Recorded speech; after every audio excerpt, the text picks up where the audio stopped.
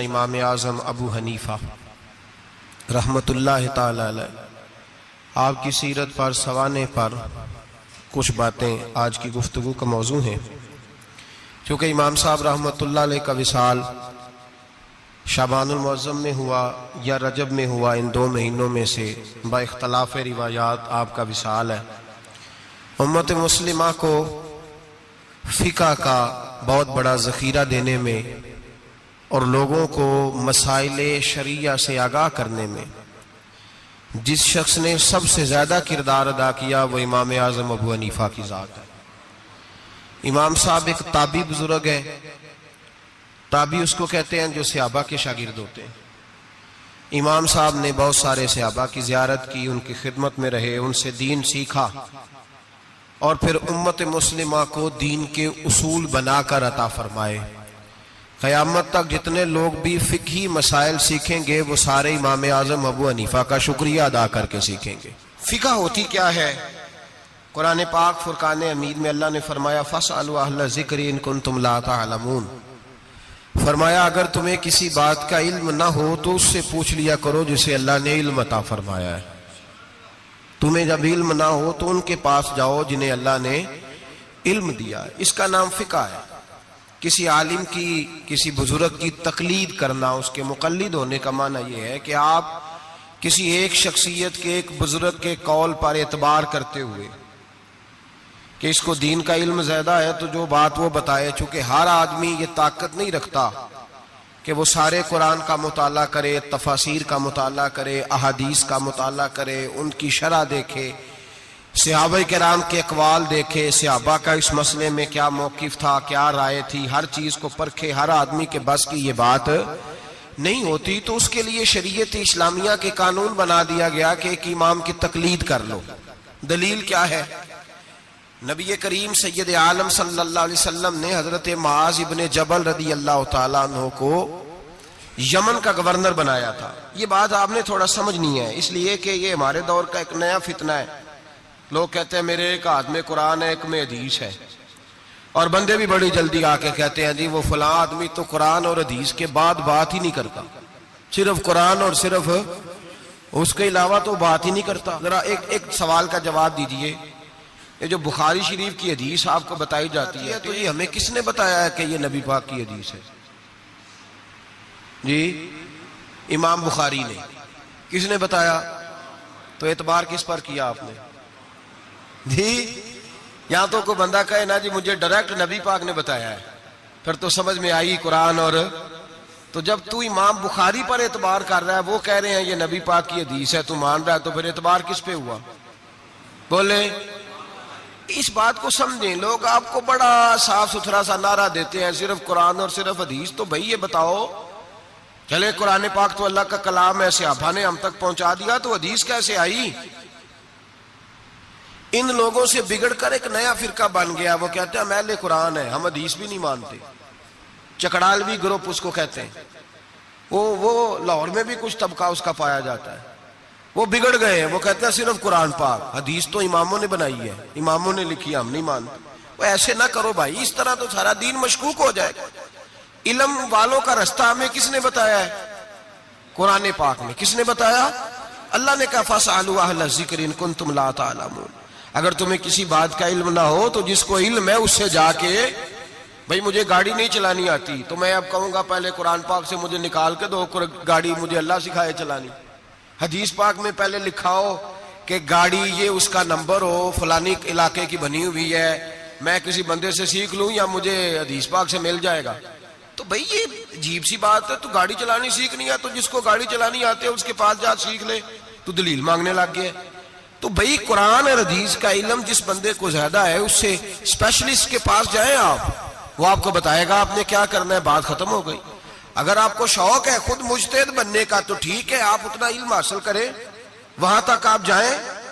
شیخ الاسلام خواجہ قمر الدین سیالوی رحمت اللہ تعالی علیہ، خواجہ صاحب کے پاس ایک شخص آیا، اللہ کرے یہ بات آپ کی سمجھ میں آ گئی تو بڑا فائدہ ہو جائے گا، بڑا فائدہ ہوگا یہ لفظ اگر آپ سمجھ گئے۔ اللہ کرے میری قوم سمجھدار ہو جائے، آمین تو کہنا۔ اللہ کرے سنی کو بھی کچھ سمجھ آنے لگ جائے۔ خواجہ صاحب کے پاس ایک بندہ آیا، کہنے لگا امام اعظم کی بات نہیں ماننی چاہیے۔ امام اعظم کی بات ان کی تقلید نہیں کرنی چاہیے، بڑی موٹی بات۔ خواجہ قمر الدین سیالوی کہنے لگے تیری یہ بات مان لوں؟ تیری بات کوئی نہیں سمجھ آئی آپ کو؟ کہنے لگا امام اعظم کی بات، آپ فرمانے لگے تیری یہ بات مان لوں؟ بندہ چپ کر گیا، کہنے لگا جی آپ نے کہا کہنے لگے تیرے جیسے فضول کی مانو اور امام اعظم ابو حنیفہ کی نہ مانو؟ فرمانے لگے تو خود اپنی تقلید کرا رہا ہے۔ خود ایک صاحب مجھے کہنے لگے جی ہم نہیں کسی کی مانتے، ہمارے مولوی صاحب کہتے ہیں صرف قرآن اور حدیث کی مانو۔ اور میں نے کہا تو مان اپنے مولوی صاحب کی رائے، ہمارے مولوی صاحب کہتے ہیں قرآن اور، تو میں نے کہا تو مولوی صاحب کی مان رہا ہے، قرآن حدیث کی کب مان رہا ہے؟ چھوڑ سارے کام، چل مدرسے داخل ہو، پہلے اصول سیکھ دین کے، پھر پورا دین پڑھ، اور پھر مجھے آ کے بتانا پورے دین میں سے کہ میں نے سیکھ لیا ہے، پھر میں مان لوں گا، ورنہ تو مولوی صاحب کی مان رہا ہے۔ تقلید تو کر ہی رہا ہے کسی نہ کسی شکل میں، تو ہم تقلید کیوں کرتے ہیں؟ سمجھے اس بات کو۔ نبی کریم علیہ السلام نے حضرت معاذ ابن جبل رضی اللہ تعالیٰ عنہ کو یمن کا گورنر بنایا۔ نبی پاک نے فرمایا معاذ تمہارے پاس لوگ اپنے مقدمے لے کے آئیں گے، کیسے فیصلہ کرو گے؟ عرض کی یا رسول اللہ صلی اللہ علیہ وسلم میں اللہ کا قرآن دے کے فیصلہ کروں گا۔ تو نبی پاک نے فرمایا اگر تجھے قرآن پاک سے نہ ملا تو، اگر آپ غور سے سن رہے ہوتے تو آپ کو اس بات پہ اعتراض ہونا تھا، جو میں نے کہا اس پہ آپ کو اعتراض ہونا تھا اگر آپ غور سے میری بات سن رہے ہوتے۔ نبی پاک علیہ السلام نے یہ نہیں فرمایا کہ قرآن میں ہے نہیں، فرمایا اگر تجھے نہ ملا تو، لفظوں پہ غور کیا کریں، اگر تجھے نہ ملا تو، یہ نہیں فرمایا کہ قرآن میں ہر مسئلے کا حل۔ حضرت سیدنا عبداللہ ابن عباس فرمایا کرتے تھے میرے اونٹ کی نکیل بھی گم ہو جائے تو میں قرآن پاک سے جا کے پوچھتا ہوں کہاں رکھی ہوئی ہے، اور مجھے قرآن پاک بتاتا ہے کہ فلانی جگہ۔ یہ نہیں کہ قرآن میں مسئلے کا حل موجود ہے، ہر آدمی کے پاس اتنی عقل نہیں ہوتی کہ مسئلے کا حل بتا سکے، عقل نہیں اتنی ہوتی، شعور نہیں ہوتا۔ بلکہ امام بخاری خود امام شافعی کے مقلد ہے، لو کر لو گل، بہت بڑے محدث ہیں اور خود مثال بیان کرتے ہیں۔ ہمارے بزرگ کہتے ہیں کہ جو پنساری ہوتا ہے نا اس کے پاس جڑی بوٹیاں ساری ہوتی ہیں، پر اسے نسخے کا پتہ، کس جڑی بوٹی کو کس کے ساتھ ملائیں، کس کو کس کے ساتھ رکھیں تو کیا نسخہ بنتا ہے، یہ پنساری کو پتہ، یہ حکیم کو پتہ ہوتا ہے۔ محدثین کہتے ہیں ہم نے حدیثیں ساری جمع کر دی ہیں، پر کس حدیث سے کیا مسئلہ نکلتا ہے یہ ہمیں نہیں پتا، یہ امام اعظم بتائیں گے، یہ امام شافعی بتائیں گے، یہ امام مالک بتائیں گے، یہ امام احمد بن حنبل بتائیں گے، وہ اسپیشلسٹ ہیں۔ ہم جمع کرنے والے ہیں، وہ حدیثیں سامنے رکھ کے امت کی رہنمائی کرنے والے۔ نبی پاک صلی اللہ تعالی علیہ وآلہ وسلم نے فرمایا معاذ تو جا رہا ہے، اگر تجھے وہ مسئلہ قرآن سے نہ ملا تو کیا کرے گا؟ عرض کی حضور قرآن سے نہ ملا تو آپ کی حدیث سے تلاش کر لوں گا۔ تو نبی پاک نے فرمایا اگر وہاں بھی تجھے نہ ملا تو، یہ نہیں کہ ہے نہیں، اگر تجھے نہ ملا تو، عرض کی یا رسول اللہ پھر میں قرآن اور حدیث کو سامنے رکھ کے اپنی رائے بیان کروں گا۔ تو نبی پاک نے ان کے سینے پہ ہاتھ پھیرا، فرمایا جا پھر اللہ تیری مدد کرے گا، اللہ تیری، یہ فقہ ہے، یہ اتنی سی فقہ ہے، اس کو سمجھ لیں۔ ہر آدمی کو ہر شے نصیب۔ بابا فرید الدین گنج شکر کے پاس بندہ آ گیا، اس نے کہا پرانا بخار ہے جاتا کوئی نہیں۔ بابا صاحب نے کہا بسم اللہ الرحمن الرحیم قل هو اللہ احد اللہ الصمد لم یلد ولم یولد ولم یکن لہ کفوا احد، پھونک ماری، بندہ کہتا ہے بیٹھے بیٹھے میرا بخار اتر گیا۔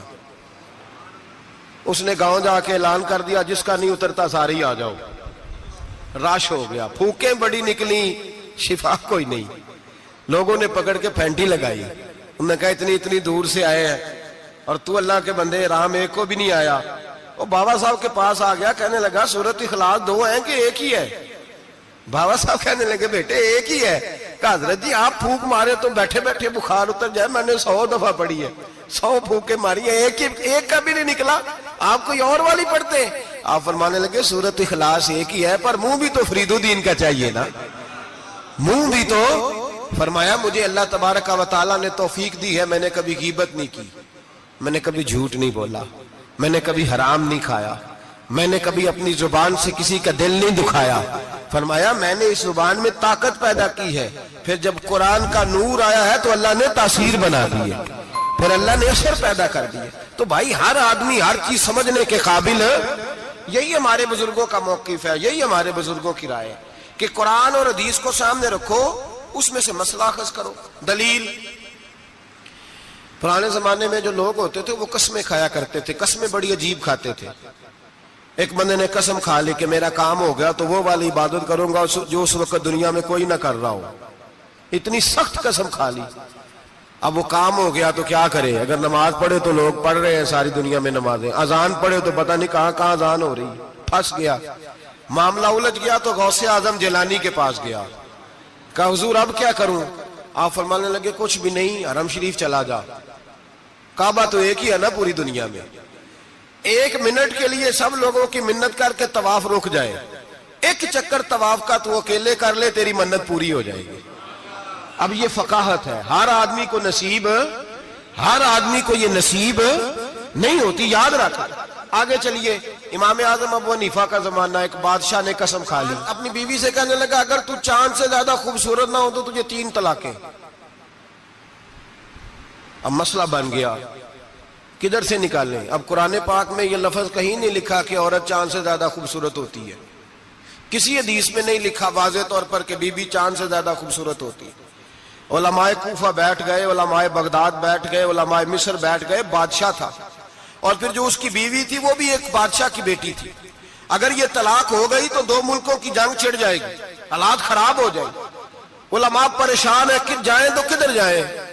لوگ پریشان ہوتے ہوتے امام اعظم کے پاس چلے گئے، کہنے لگے سارے مولوی کہتے ہیں طلاق ہو گئی، آپ بتائیں۔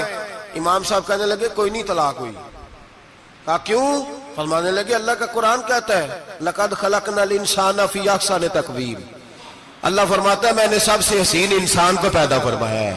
تو جب سب سے حسین انسان ہے تو چاند سے بھی زیادہ انسان ہی حسین ہے، فرمایا لہذا اس کی بیوی کو طلاق۔ مسئلہ تو قرآن پاک سے حل فرمایا نا، لیکن ہر آدمی کی وہاں تک رسائی ہو سکی، یہ فقاہت، یہ علم ہے، اور یہ اللہ سب کو عطا نہیں کرتا، یہ کسی کسی کا نصیبہ ہوتا ہے، کسی۔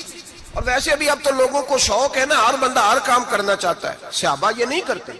حضرت عمر فاروق سے پیارا قرآن کوئی نہیں پڑھ سکتا، وہ 5 نمازوں کی امامت کرتے تھے، تراویحوں کی باری آتی تھی تو حضرت ابی بن کعب کو آگے کھڑا کرتے تھے، فرماتے تھے تو پڑھا۔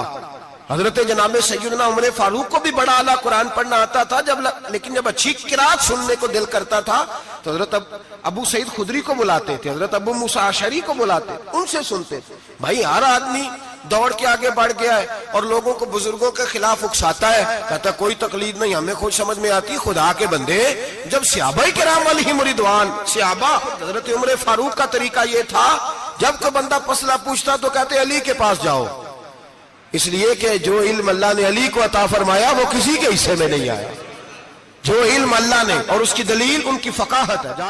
ایک بی بی تھی، دائی تھی، وہ اس کے گھر میں بچے جنم لیتے تھے، بچے پیدا ہوتے تھے۔ یہ دیکھیں علم جو ہوتا ہے نا وہ علم ہوتا ہے، فقاہت ہوتی ہے، اور یہ اللہ کی عطا ہے، یہ رب کی عطا ہے، جس کو چاہتا ہے عطا کر دیتا ہے۔ نہ اس میں حسد ہو سکتا ہے، نہ اس میں کوئی شخص کہہ سکتا ہے مجھے کیوں نہیں ملی۔ حضرت علی رضی اللہ تعالیٰ عنہ کا زمانہ ہے، ایک بی بی کا خیمہ تھا، جھونپڑی تھی، جیسے آج ہاسپٹل بنے ہوئے ہیں وہاں بچے پیدا ہوتے ہیں۔ ایک بی بی تھی، وہ دائی تھی، کام کرتی تھی یہ والا، اس کے گھر میں 2 کیس اکٹھے آ گئے، نہ اتنی لمبی چوڑی لائٹیں ہوتی تھی، اس نے اپنی جھونپڑی میں دونوں بیویاں اکٹھی تھی، دونوں کو اللہ تعالیٰ نے اولاد دی۔ رات بڑی گہری تھی، اندھیرا بڑا سخت تھا، ایک کے گھر میں بچہ پیدا ہوا، دوسری کے گھر میں بچی پیدا ہوئی۔ اب جب صبح کا اجالا نکلا تو جھگڑا شروع ہو گیا، دونوں بیویاں مطالبہ کرتی ہیں بیٹا میرا ہے، بیٹا میرا ہے۔ اب وہ دائی بھی نہیں بتا سکتی، اندھیرا بڑا سخت تھا، بوڑھی عورت تھی، سمجھ نہیں آتی کیا کروں۔ تلواروں تک بات چلی گئی، لوگوں نے کہا کیوں لڑتے ہو جب مولا علی شیر خدا جو موجود ہے۔ انا مدینہ تو علم و علی بابوہا، نبی پاک نے فرمایا میں علم کا شہر ہوں، علی اس کا دروازہ ہے۔ فرمایا جب اتنا بڑا شخص موجود ہے تو ضرورت ہی نہیں۔ لوگ پریشان ہو کے گئے، جا کے کہنے لگے حضور ایک مسئلہ آ گیا، ذرا سوچ کر غور کر کے بتائیے۔ اندھیرے میں بچہ پیدا ہوا، ایک بی بی کے ہاں بیٹا، ایک کے ہاں بیٹی، اب دونوں بیٹے کی طلبگار ہے، فیصلہ کیسے کریں؟ تو حضرت علی نے کہا بڑے تم پریشان آئے تھے، یہ بھی کوئی بات ہے؟ دونوں بیویوں کا تھوڑا تھوڑا دودھ نکال کے تولو، جس کا دودھ وزنی بیٹا اسی کا ہے. کہا حضرت جی یہ مسئلہ آپ نے کیسے نکالا؟ فرمانے لگے قرآن پاک سے نکالا ہے. کہا کیوں؟ فرمانے لگے اللہ قرآن میں کہتا ہے میں نے بیٹے کے 2 حصے رکھے ہوئے ہیں اور بیٹی کا 1 حصہ رکھا ہوا ہے. تو جب اللہ کسی کے گھر میں بیٹا دیتا ہے تو دودھ بھی وزنی ہوتا ہے، اس لیے کہ ڈبل وزن کا ہوتا ہے. انہوں نے دودھ نکال کے تولا، مقدار 1 جتنی، مقدار 1 جتنی، اس کا ½ کلو دودھ، اس کا 1 کلو، وزن کیا تو پورا ہو گیا. پیمانے رکھے گئے تو وہ ناپنے میں اور تھا، تولنے میں اس کا دودھ وزنی نکلا. جب دودھ وزنی نکلا تو جناب سیدنا علی المرتضیٰ فرمانے لگے جس کا دودھ وزنی بیٹا اسی کا ہے. اللہ ڈبل وزن کا دودھ عطا کرتا. اب مسئلہ کہاں سے نکلا بولیے؟ لیکن ہر بندہ نکالنے کی طاقت، یہی حضرت امام اعظم ابو حنیفہ کا کمال ہے. صحابہ کے زمانے میں ضرورت نہیں تھی صحابہ کو. ایک تو وہ اتنی لاپرواہی کی نماز نہیں پڑھتے تھے جتنی ہم پڑھتے ہیں. اتحیات میں بیٹھے ہیں، سورۃ فاتحہ پڑھی جا رہی ہے. اتحیات میں بیٹھ کے بندے پوچھتے ہیں آگے، کہتے ہیں حضرت میں اتحیات میں سورۃ فاتحہ پڑھ رہا تھا، ساری پڑھ لی ہے، وہ تو رکوع کا وقت ہے تو یاد آیا کہ یہ تو اتحیات ہے. اتنی لاپرواہی کی پہلے تو وہ نمازیں نہیں پڑھتے. پھر اگر کسی کو غلطی ہو جاتی تو سامنے جناب رسالت امام صلی اللہ علیہ وسلم کا جلوہ والدہا موجود تھا، وہ حضور سے پوچھ لیتے. جب وقت گزرنے لگا نا، تابعین کا زمانہ آیا تو پھر مسئلہ بنا. ایک تو تھوڑا تھوڑا مشکات نبوت سے لوگ دور ہوئے تو لاپرواہی بھی آنے لگی. اب لوگوں نے پوچھنا شروع کیا کہ سورۃ فاتحہ بھول جائے تو کیا کریں؟ رکوع میں بندہ چلا گیا تو رکوع تو کر لیا لیکن سبحان ربی العظیم نہیں یاد رہا تو کیا کرے؟ سجدے میں گیا سبحان ربی الاعلیٰ نہیں پڑھا تو کیا کرے؟ اب مسائل بنے، اب ضرورت ہوئی. امام اعظم نے اصول فقہ مرتب کی، ہمیں بتایا کہ نماز میں فرض کیا ہے، نماز میں واجب کیا ہے، نماز میں کیا شے ضروری ہے اور کیا شے ضروری نہیں ہے. وہ بھی انہوں نے حدیثیں سامنے رکھی کہ نبی پاک نے کس کس بات کی کتنی تاکید کی، کس کس بات کی زیادہ تاکید نہیں فرمائی. پھر انہوں نے مسئلہ بتایا کہ قیام کرنا فرض ہے، رکوع کرنا فرض ہے، لیکن رکوع میں سبحان ربی العظیم کہنا سنت ہے. اگر کسی کی رہ بھی جائے گی تو اس کی نماز ہو جائے گی. قوما کرنا فرض ہے، سجدہ کرنا فرض ہے، لیکن سجدے میں سبحان ربی الاعلیٰ کہنا سنت ہے. رہ بھی گیا تو نماز، جو سجدہ ہی نہیں کرے گا اس کی نہیں. تو یہ اصول بنائے امام اعظم نے. امام اعظم کون تھے؟ کپڑے کے ایک بہت بڑے تاجر تھے، ان کے بیٹے تھے، پورا نام تھا نعمان بن ثابت. امام اعظم ان کا لقب ہے، ابو حنیفہ ان کی کنیت ہے. لوگ جب اپنی مرضی کی باری آتی ہے تو حرم شریف کے حوالے دینے شروع کر دیتے ہیں. حرم شریف میں جو ہوتا ہے، حرم شریف میں میں نے کہا چلو وہی مان لو. مسجد نبی میں باب بلال سے داخل ہو جاؤ یا باب ہجرت سے داخل ہو جاؤ. مسجد نبی میں جب داخل ہوگے، اندر مسجد کے قدم رکھو گے دونوں دروازوں سے جا کے، تو جو کھلا سین ملے گا اس سین کے اوپر یوں سامنے نظر ڈالو گے تو 4 اماموں کے نام لکھے ہوئے فقہ کے. جو سب سے پہلا نام لکھا ہے وہ امام اعظم ابو حنیفہ کا لکھا ہوا ہے. آج بھی مسجد نبی میں، آج بھی. دوسرا امام شافعی کا، تیسرا حضرت امام مالک کا، چوتھا امام محمد بن حنبل کا. اور آج بھی فقہائے مکہ اور مدینہ جب فتویٰ دیتے ہیں تو امام محمد بن حنبل کے قول پہ فتویٰ دیتے ہیں، اور ہر جگہ وہ اعلان کرتے ہیں کہ ہم فقہ کے ماننے والے مقلد ہیں امام محمد بن حنبل کے. وہ اعلان کرتے ہیں، انہوں نے لکھ کے لگایا ہوا. ایک پوری دنیا کی لوگ تو کسی نہ کسی امام کی تقلید کریں اور ایک چھوٹی سی جماعت اٹھ کے کہے نہیں ہمیں ڈائریکٹ سمجھ آئی ہے. تو کیسے بھائی تمہیں سمجھ آ گئی؟ امام اعظم ابو حنیفہ کا نام نعمان بن ثابت تھا، کوفے میں پیدا ہوئے تھے، صحابہ کے شاگرد تھے. 80 ہجری میں پیدا ہوئے، 150 ہجری میں آپ کا وصال ہوا. باپ تاجر تھے. آپ فرماتے ہیں میں سیانا ہوا تو تجارت میں لگ گیا. ریشمی کپڑے کا کاروبار تھا، بہت بڑا گھرانہ مالدار تھا ہمارا. میں گلی سے گزرتا تھا، رستے میں امام شافعی کا مدرسہ تھا. میں بچوں کو پڑھتے دیکھتا تو مجھے شوق ہوتا. اکثر میں وہاں 2-4 منٹ 10 منٹ قیام کرتا. ایک دن امام شافعی نے بلایا اور بلا کے فرمایا بیٹے کیا کرتے ہو؟ میں نے کہا کپڑے کا کام کرتا ہوں. تو کہنے لگے تیرے چہرے میں بڑی چمک ہے، تیرے چہرے میں بڑی روشنی ہے، مجھے لگتا ہے میرا رب تجھ سے کوئی بڑا ہی کام لینے والا ہے، تو آ نہیں جاتا، پڑھ نہیں لیتا. اقبال کہتے ہیں اگر کوئی شعیب آئے میسر، شبانی سے کلیمی 2 قدم ہے. اللہ کرے کسی کو کوئی مل جائے، کسی کو کوئی بیٹھا ہوا مجھے دور دعا دیتا ہے، میں ڈوبتا ہوں پر سمندر اچھال دیتا ہے. اللہ کرے کوئی مل جائے. فرماتے امام شافعی نے میری بات ہوئی تو میں حضرت حماد کے مدرسے میں داخل ہو گیا. امام حماد بہت بڑے مفتی تھے، سند بھی سن لے۔ امام اعظم شاگرد ہے امام حماد کے، اور امام حماد شاگرد ہے حضرت ابراہیم نخعی کے۔ حضرت ابراہیم نخعی شاگرد ہے حضرت علقمہ کے، اور حضرت علقمہ شاگرد ہے حضرت عبداللہ ابن مسعود کے۔ اور حضرت عبداللہ بن مسعود وہ صحابی ہیں جن کی ڈیوٹی تھی نبی پاک کا ڈنڈا مبارک کا سا اٹھانے کی، حضور کے جوتے اٹھانے کی، ڈائریکٹ نبی پاک سے علم دین حاصل کیا کرتے۔ یہ سند ہے امام اعظم ابو حنیفہ کی۔ حضرت امام اعظم کہتے ہیں میں امام حماد کے مدرسے میں پڑھنے لگا، کئی سال رہ کے میں نے ان کے مدرسے میں علم حاصل کیا۔ جب میں فارغ ہوا تو میں نے کہا استاد جی میں کہاں مدرسہ بناؤں، میں کس مسجد میں بیٹھوں، میں کہاں جاؤں؟ کہتے ہیں میرے استاد اپنی کرسی سے اٹھے اور میرا بازو پکڑ کے اپنی جگہ پہ بٹھایا، کہنے لگے میں نے تجھے پڑھایا ہے لیکن رب نے تجھے بڑا ہی عطا کیا ہے، اب تو کہیں اور نہیں جائے گا، میری مسجد پر بیٹھ کر لوگوں کو پڑھایا کرے گا۔ امام اعظم ابو حنیفہ نے فقہ اور اصول کا علم وہاں سے حاصل کیا۔ فرماتے ہیں پھر میرے استاد نے میری ڈیوٹی لگائی، فرمانے لگے اب تو کسی ایسی جگہ جا جہاں سے تجھے تقوی کی روشنی ملے، کوئی مرشد تلاش کر، سہ نفل نمازاں پڑھیاں، ظالم نفس نہ مردہ ہو، اے باند فقیروں کسے نہیں مارے، آئے ہوئے چور اندر دا ہو۔ حضرت امام اعظم سن 80 ہجری میں کہتے ہیں، 80 ہجری میں، آج سے 1400 سال پہلے، 1350 سال پہلے امام اعظم کہہ رہے ہیں مجھے ضرورت تھی کہ میں جا کے کسی کے ہاتھ میں ہاتھ دوں تاکہ میں اس سے اصلاح لوں جو میرے قلب و نظر کو صحیح کرے۔ ہم تو سارے سیانے، ہمیں تو کسی کی ضرورت ہی نہیں۔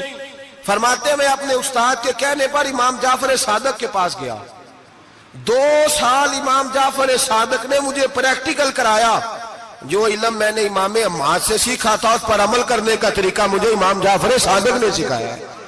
2 سال، اور امام اعظم فرمایا کرتے تھے اگر وہ 2 سال نہ ہوتے تو میں ہلاک ہو جاتا، وہ 2 سال نہ ہوتے تو میں، فرماتے ان سے میں نے پڑھنا پڑھانا سیکھا، اور امام جعفر صادق رات کو مجھے ساتھ کھڑا کرتے اور ساری رات نفل پڑھاتے، وہ میری تربیت کرتے۔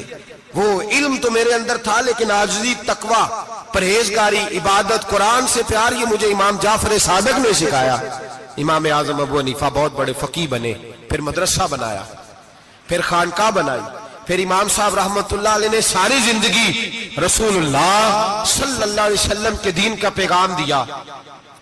ایسا بھی وقت آتا ایک آیت شروع کرتے تو ساری رات وہ آیت ہی پڑھتے رہتے، ساری رات علم پڑھایا، لوگوں سے پیار کیا، خلوص بانٹا، بہت بڑے مالدار تھے۔ ایک بہت بڑا نام ہے امام ابو مالک کا، یہ اتنے بڑے شخص ہیں کہ ہارون رشید نے انہیں قاضی القضاء بنایا تھا، چیف جسٹس بنایا تھا۔ حضرت امام مالک کہتے ہیں میں غریب کا بیٹا تھا، اکثر دین پڑھنے والے غریبوں کے بیٹے ہوتے ہیں، امیروں کے بچے ایف ایس سی پڑھتے ہیں، بی ایس سی پڑھتے ہیں، ٹیکنالوجی پڑھتے ہیں، غریبوں کے بچے دین پڑھتے ہیں، اور پھر امیروں کو ممبریاں ملتی ہیں، غریبوں کے بچوں کو اللہ ممبر عطا فرماتا ہے، مصلی رسول اللہ دیتا ہے۔ حضرت سیدنا امام ابو مالک فرماتے ہیں میں غریب کا بیٹا تھا اور میری 6-7 بہنیں، میں اکیلا بھائی تھا۔ آپ فرماتے ہیں میرے ابا جی فوت ہو گئے، میری امی پکڑ کے مجھے ایک دھوبی کی دکان پہ لے گئی، کہنے لگی اسے کپڑے دھونے کا طریقہ بتا دے، سلیقہ سمجھا دے، یہ بھی ایک چھوٹی سی لانڈری کی دکان کھول لے گا، میری بیٹیوں کا پیٹ پالے گا۔ دھوبی کہنے لگا ٹھیک ہے، میں 2-3 درہم بھی دوں گا مہینے کے، اور جب کام سیکھ جائے گا تو تنخواہ بڑھ جائے گی۔ امام ابو مالک رحمت اللہ علیہ فرماتے ہیں میں بہنوں کے لیے روزی کمانے نکلا، میں بیوہ ماں کے سر پہ بوجھ اتارنے کے لیے نکلا، میں غربت کے عالم میں نکلا، رستے میں امام اعظم کا مدرسہ تھا، فرماتے میں وہاں چمکتے چہرے دیکھتا لیکن اپنی غربت کو دیکھ کے میں آگے بڑھ جاتا، پریشان ہوتا کہ میں کیسے علم حاصل کروں گا۔ آپ فرماتے ہیں امام صاحب مجھے اکثر دیکھتے، ایک دن امام اعظم باہر نکلے، مجھے کھڑے ہوئے دیکھا تو قریب بلایا، سینے سے لگایا، ماتھا چوما، کیا نام ہے؟ میں نے کہا ابو مالک میرا نام ہے۔ کہا تمہیں پڑھنے کا شوق ہے؟ کہا بڑا شوق ہے۔ کہنے لگے چل آ جا پڑھا کر، آ جا مدرسے میں پڑھا کر۔ کہتے میں سارا دن وہاں پڑھتا، گھر سے کام کرنے آتا، سارا دن امام اعظم کے پاس پڑھتا رہتا۔ مہینہ آیا تو میری اماں کہنے لگی تنخواہ لاؤ۔ میں نے کہا امی جی تنخواہ تو وہ دے گا جو ڈیوٹی پہ جاتا ہو، میں تو پڑھنے جاتا ہوں۔ کہتے اماں گھر سے نکلی اور بڑے غصے کے ساتھ نکلی، کہنے لگی مولوی نے میرا بچہ خراب کر دیا، میرا بچہ خراب کر دیا، میں کام پہ بھیجتی تھی، اس نے کس چکر میں ڈال دیا، مسئلوں سے بھی کبھی پیٹ بھرا ہے، کام بھی تو کرنے چاہیے نا۔ کہتے ہیں امام اعظم کے سامنے کھڑی ہوئی. امام صاحب بڑے امیر کبیر آدمی, اربوں خربوں پتی تھی, اور پھر اتنے بڑے عالم فقیر, سارا بغداد, سارا کوفہ, سارا مصر سلوٹ کرتا ہے. بی بی آئی اور تیز جملے, عورتوں کا طریقہ ہوتا ہے, کہنے لگی مولوی تیری سفید داڑھی, تیرا اتنا نام, تجھے خیال ہی نہیں آیا میں بیوہ عورت ہوں, تو نے میرا بچہ خراب کر ڈالا, میری یتیم بچیاں روٹی کہاں سے کھائیں گی, مسلوں سے بھی کبھی پیٹ بھرا ہے. کہتی اتنے سخت جملے کہے, پر قربان جاؤ امام اعظم سنتے رہے اور مسکراتے رہے. کہنے لگے میری غلطی ہے, میری غلطی ہے, میری غلطی ہے, بی بی بھول گیا تھا, غلطی ہو گئی. بی بی کہتے رہی, امام صاحب سنتے رہے. جب غصہ اتر گیا تو کہنے لگے اماں تیرا غصہ اتر گیا ہے, اتر گیا ہے. کہنے لگے تیرا بیٹا بڑا نیک ہے, تیرا بیٹا بڑا لائق ہے, تو اسے پڑھنے دے. کہنے لگے چپ کر بے مولوی, یہ پڑھے گا تو میں روٹی کہاں سے کھاؤں گی. امام صاحب کہنے لگے مجھے بتائے گی تیرے گھر کا خرچہ کتنا ہے. اس نے ایک لفظ تو ہے 3 دینار کا, ایک روایت ایسی بھی لکھی ہے بزرگوں نے, کہنے لگی 40 درہم ہے.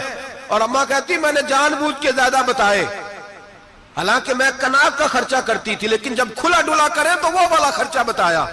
میں نے کہا 40 درہم خرچہ ہے, تو دے گا. تو کہتے امام اعظم کہنے لگے اماں تجھے لینے نہیں آنا پڑے گا, پہلی سے پہلے تیرے گھر میں پہنچ جایا کریں گے, یکم سے پہلے آئیں گے. او بھائیو, کہاں استاد ملتے ہیں, کہاں استاد ملتے ہیں, کہاں وہ لوگ ملتے ہیں جو دعائیں مانگتے, التجائے کرتے, پیار کرتے. گزر گیا وہ دور, اب تو سوٹ لینے کا دور ہے, مٹھائیاں لینے کا دور ہے, ہاتھ ڈلوانے کا دور آیا ہے. اب کون پوچھتا ہے, اب تو پوچھتے ہیں تو میرے لیے کیا لایا ہے. حضرت سیدنا امام اعظم ابو حنیفہ رحمت اللہ علیہ 1 دن نہیں, 2 دن نہیں, 4 دن نہیں, 5 مہینے نہیں, 20 سال تک, کہنا آسان, بولنا آسان, سننا آسان, 20 سال تک امام ابو مالک کے گھر میں خرچہ دیتے رہے, وہ پڑھتے رہے. اماں کہنے لگی تو میرے بیٹے کو لگا تو لیا ہے, تو پڑھ کے بنے گا کیا. حضرت امام اعظم فرمانے لگے بادشاہوں کے تخت پر بیٹھ کر بادشاہوں کے ساتھ کھانے کھایا کرے گا, ان کے ساتھ بیٹھ کے حلوہ کھائے گا, وقت آئے گا تو دیکھے گی. کہتے ہیں میرے امام انتقال کر گئے, وقت بیت گیا. ہارون رشید نے مجھے بلایا بغداد میں اور کہا میں آپ کو چیف جسٹس بنانے لگا ہوں. کہتے ہیں میں خوشی سے سجدے کرنے لگا, میں چیف جسٹس بنا. میں نے اپنی اماں کو خط لکھا کہ اماں بغداد آ جا, تیرے بیٹے کو اللہ نے بڑی شان عطا کر دی ہے. فرماتے ہیں ہارون رشید کی بیوی بڑی اولیاء کی, علماء کی بڑی فرما بردار تھی, محبت کرنے والی تھی. اس نے حلوہ بنا کے بھیجا, کھانا بنا کے بھیجا. ہارون رشید تخت پہ بیٹھ کے کھانے لگا تو کہنے لگا امام صاحب آپ بھی یہیں آ جائیں میرے ساتھ. کہتے ایک کونے میں وہ بیٹھ گیا, ایک میں بیٹھ گیا, بیچ میں کھانا رکھ لیا. اتنی دیر میں میری اماں بھی پہنچ گئی. 2 لقمے کھائے تھے کہ اماں آ گئی. جب اماں نے مجھے تخت پہ بیٹھے دیکھا, ایک یتیم, ایک لاوارث, ایک بن باپ کا بچہ, وہ کل تک جو بہنوں کے لیے 4 دینار نہیں لا سکتا تھا, تخت پہ بیٹھ کے جب روٹی کھاتے دیکھا تو اماں تڑپ گئی, روئی, چیخیں ماری. میں نے کہا اماں کیا ہوا. کہنے لگی بیٹا مجھے تیرا استاد یاد آ گیا ہے, اس نے کئی سال پہلے کہا تھا اسے دین کا علم پڑھنے دے, اسے فقیہ بننے دے, یہ بہت آگے جائے گا. دیکھ آج اللہ نے تجھے کتنی شان عطا کی ہے. کہا بیٹا یہ کمال تیرا نہیں, یہ امام اعظم ابو حنیفہ کا کمال ہے, یہ ان کا کمال ہے جنہوں نے تمہیں یہاں تک پہنچایا. میرے بھائی اپنی پوری زندگی حضرت امام اعظم ابو حنیفہ نے. آج تو اساتذہ کرام, اساتذہ مجھ سے ایک ٹیچر کہنے لگے حضرت جی دل نہیں لگتا, بے سکونی سی ہے, کچھ بتلائیں. تو میں نے کہا کلاس میں کوئی یتیم بچہ ڈھونڈ لیں, کوئی لاوارث بچہ ڈھونڈیں, اس کی وردی اپنے ذمے لے لیں, کتابیں اپنے ذمے لے لیں, اس کا خرچہ اپنے ذمے لے لیں, روز جیب میں ٹافیاں ڈال کے جایا کرے کہ غریب کو دینی ہے. فرمایا 2 مہینے یہ والا وظیفہ بھی پڑھ کے دیکھیں, اللہ آپ کو سکون عطا کرے گا. یہ بھی کہنے لگے بڑی ٹھنڈک ہوئی ہے, بڑا سکون ملا ہے, بڑی تابعداری. میں نے کہا آپ لفظوں سے سکون چاہتے ہیں, وہ لوگ خدمت کر کے سکون لیتے. کوفے کا ایک امیر آدمی تھا, پھر غریب ہو گیا. غریب, غربت بڑی پریشانی ہے, بڑی پریشانی, بڑی آزمائش. غریب بیوقوف اس لیے ہوتا ہے کہ اس کی جیب میں پیسے نہیں ہوتے. غریب مجبور اس لیے ہوتا ہے کہ اس کے پاس ہوتا کچھ نہیں نا, تو ساری آزمائشیں کٹھی آ جاتی. غریب آدمی تھا, محنت مزدوری کرتا لیکن پوری نہ ہوتی. وہ کہتا ہے ایک دن گلی میں ککڑی بیچنے والا آیا, تو میری ایک بیٹی تھی چھوٹی سی، باقی بچے بڑے تھے، چھوٹی ضد کرنے لگی، کہنے لگی ککڑی کھانی ہے، ککڑی۔ کہتے میں پریشان ہو گیا، دل ٹوٹ گیا، بیٹی نے سوال کیا ہے۔ فرماتے میں نے سوچا کس کے پاس جاؤں، کسی اور کے پاس مجھے سمجھ نہ آیا، میں سیدھا امام اعظم کے پاس چلا گیا۔ یہ شخص ہے جو مجھے دے گا بھی اور میرا پردہ بھی رکھے گا، مجھے دے گا بھی اور میرا، بولیے، میرا یہ پردہ بھی رکھے گا، یہ رسوا نہیں کرے گا، یہ فوٹو نہیں کھچائے گا، یہ فوٹو کھچا کے پہلے دن فیس بک پہ نہیں لگائے گا کہ میں غریبوں میں تھیلے بانٹ رہا ہوں، یہ اسی وقت اخبار والوں کو نہیں بلائے گا ایک تھیلا اور 6 اخباروں میں تصویریں، یہ اس طرح نہیں خیرات دے گا۔ حضرت امام اعظم کے پاس گیا تو فرماتے رش بہت زیادہ تھا، میں امام صاحب سے بات ہی نہ کر سکا، واپس آ گیا۔ امام صاحب نے بندہ بھیجا، فرمایا پتہ کر یہ بندہ کسی ضرورت کے لیے آیا تھا، رش کی وجہ سے بات نہیں کر پایا۔ کہتے واپس میرے پیچھے بندہ بھیجا، وہ میرے گھر تک آیا، گھر آ کے اس کو حالات کا پتہ چل گیا، واپس گیا۔ کہتے ہیں 3 تھیلیاں شرفیوں کی بھر کے امام اعظم لائے اور خود آئے اور رات کے اندھیرے میں آئے اور مجھے تھیلیاں دے کے نا تو میرے آگے ہاتھ باندھ دیے۔ میں نے کہا حضور ہاتھ کیوں باندھتے ہیں؟ آپ فرمانے لگے یار دکھ اس بات کا ہے کہ تو میرا پڑوسی تھا اور تیری غربت کا مجھے پتہ ہی نہیں چلا، تو میرے علاقے کا تھا اور میں نے سوچا ہی نہیں، میرا اپنا تھا مجھے خیال ہی نہیں آیا۔ فرمایا معاف کر دے، میری شکایت نہ کرنا کہ یہ میری طرف توجہ نہیں کرتا تھا۔ علم بھی تھا، عمل کا نور بھی تھا، تقوی کا حسن بھی تھا، غریب کی مدد کا جذبہ بھی تھا۔ آج لوگوں پر مال کا فتنہ سوار ہوتا ہے، سب پر نہیں لیکن زیادہ لوگوں پر، جیسے جیسے مال آتا جاتا ہے ویسے ویسے عقل بھی آتی جاتی ہے، ویسے ویسے سیانے بھی ہوتے جاتے ہیں۔ کہتے ہیں وہ بھی کمائے وہ بھی کرے، میں تو ٹیکنیکلی بڑا ہوں، میں عقل مند ہی، میں بڑی نہ بہن کی فکر رہتی ہے، نہ بھانجوں کی فکر رہتی ہے، نہ رشتہ دار کی فکر رہتی ہے، نہ دائیں بائیں کچھ دیکھتے ہیں۔ لوگ جیسے جیسے پاورفل ہوتے جاتے ہٹتے جاتے، کٹتے جاتے، امیروں سے گرانے لگتے جاتے، آگے کی طرف دیکھتے جاتے۔ امام اعظم ابو حنیفہ رحمت اللہ علیہ نے ساری زندگی پیار کیا، محبت بانٹی، علم، فقاہت، تقوی، روشنی۔ آج لوگوں کو علم ہوتا ہے پر علم کا نور نہیں ہوتا، ہمیں بہت ساری باتوں کا پتہ ہوتا ہے پر وہ باتیں ہمارے لفظوں میں ہوتی ہیں، ہم اس کے حسن سے آگاہ۔